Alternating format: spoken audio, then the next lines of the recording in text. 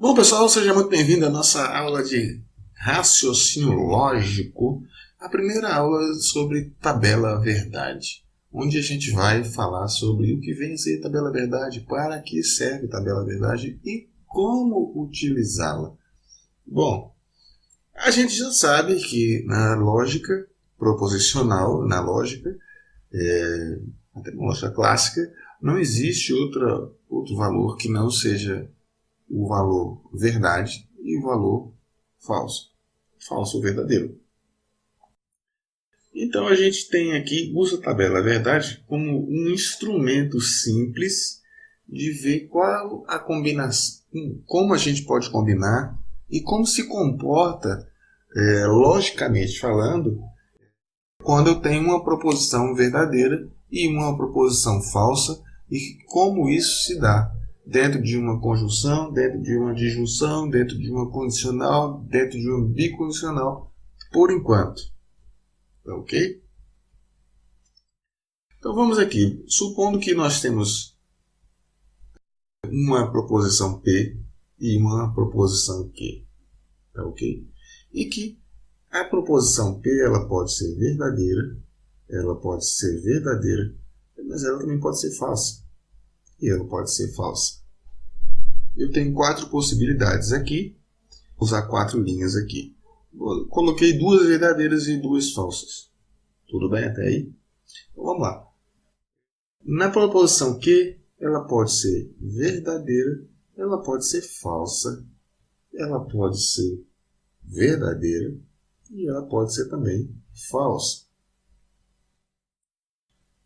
Agora, a gente precisa ver, olha só, se eu tenho uma proposição P, bom, eu preciso ter um critério para assinalar aqui na conjunção. E o critério é simples.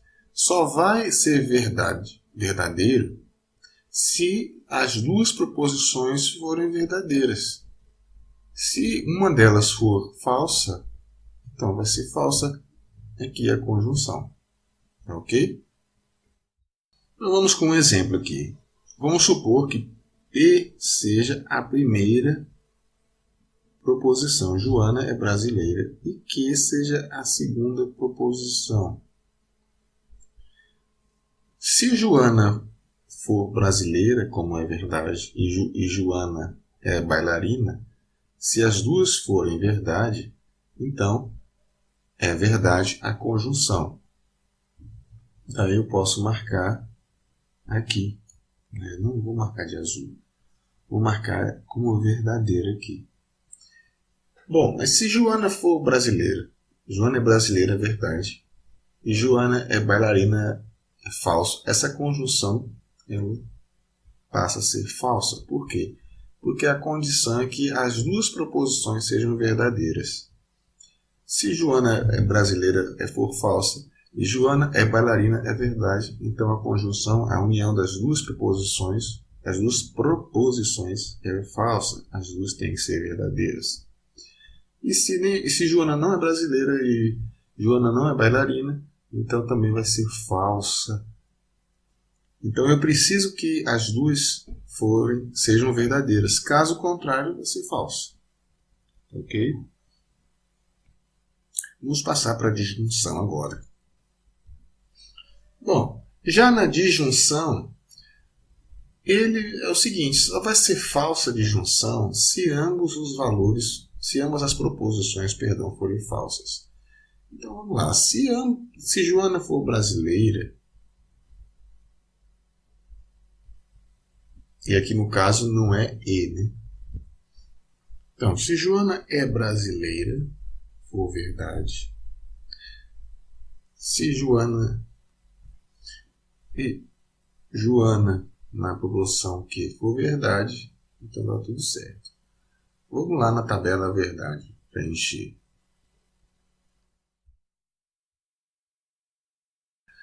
Rememorando a condição, só se ambos forem falsos. Quando é que ambos forem falsos?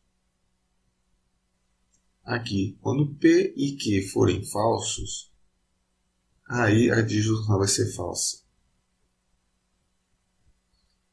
como se uma for verdadeira, as duas continuam valendo. Se as duas forem verdadeiras, está beleza. Então, olha só, quando Joana é brasileira, verdade. Joana é bailarina, verdade. Então, tá certo. É verdade também na adjunção. Se Joana é brasileira, mas Joana não é bailarina, então vai ser verdade. Uma das duas foi satisfeita. Aqui é a mesma coisa, só que aqui a primeira proposição é falsa, a segunda é verdadeira, então a adjunção continua valendo, porque Joana é, sim, bailarina. Mas se ambas forem falsas, a adjunção é falsa. Percebe? Se você olhar bem aqui, você vai ver que apenas uma opção foi verdade, o resto foi falsa. E aqui, apenas uma foi falsa, as demais foram verdadeiras. Já na condicional, ela só vai ser falsa se e somente se a proposição antecedente, ou seja, a primeira, for verdadeira e a consequente for falsa. Então aqui, aqui eu tenho o símbolo da condicional e aqui eu tenho P, se P então Q. Se P então Q for verdadeiro, se Joana é brasileira, então Joana é bailarina, olha só, se a antecedente é verdadeira e a consequente for falsa, vai ser falso, apenas nessa condição. Vamos preencher. Então vamos lá. Se somente se a proposição antecedente for verdadeira e a consequente for falsa, vai ser falso. Mas como aqui Joana é brasileira e ela é bailarina, o que ele está dizendo é verdade, então continua sendo verdade. Vou pular aqui. Só vai ser falsa se a antecedente for verdadeira. Só que a consequente foi falsa, né? Foi verdadeira. Então, vamos lá. Falso, né? A proposição antecedente foi verdade e a consequente foi falsa. Se a antecedente for falsa, não faz diferença, vai ser verdade. Se as duas forem falsas, também não faz diferença, vai ser verdade. Apenas e tão somente apenas se a primeira for verdadeira e a segunda for falsa. Então, no caso da condicional, apenas nesse caso aqui, né? Apenas nesse caso, a primeira foi verdadeira, então eu vou colocar aqui de outra cor, a primeira foi verdade e a outra foi falsa. E aí sim que foi falsa. Vamos lá na bicondicional. Então vamos lá, chegamos na bicondicional. Só será verdade, só vai ser verdadeira a bicondicional se as duas proposições tiverem o mesmo valor verdade. Então vamos lá, olhando aqui na nossa tabela verdade, apenas nesse caso aqui. Apenas nesse caso aqui, olha, que VP e Q tem o mesmo valor. Nesse caso e nesse outro aqui. Então não é apenas. É também. Né? Ora, se apenas nesses dois valores vai ser verdade, então eu já posso preencher aqui. Aqui vai ser falso, porque uma das duas é falsa. E falso, porque uma das duas é falso. Então, olha só. Eu tenho aqui no Joana é brasileira, a primeira proposição. Se somente se Joana for bailarina. E aqui eu tenho o símbolo da bicondicionalidade.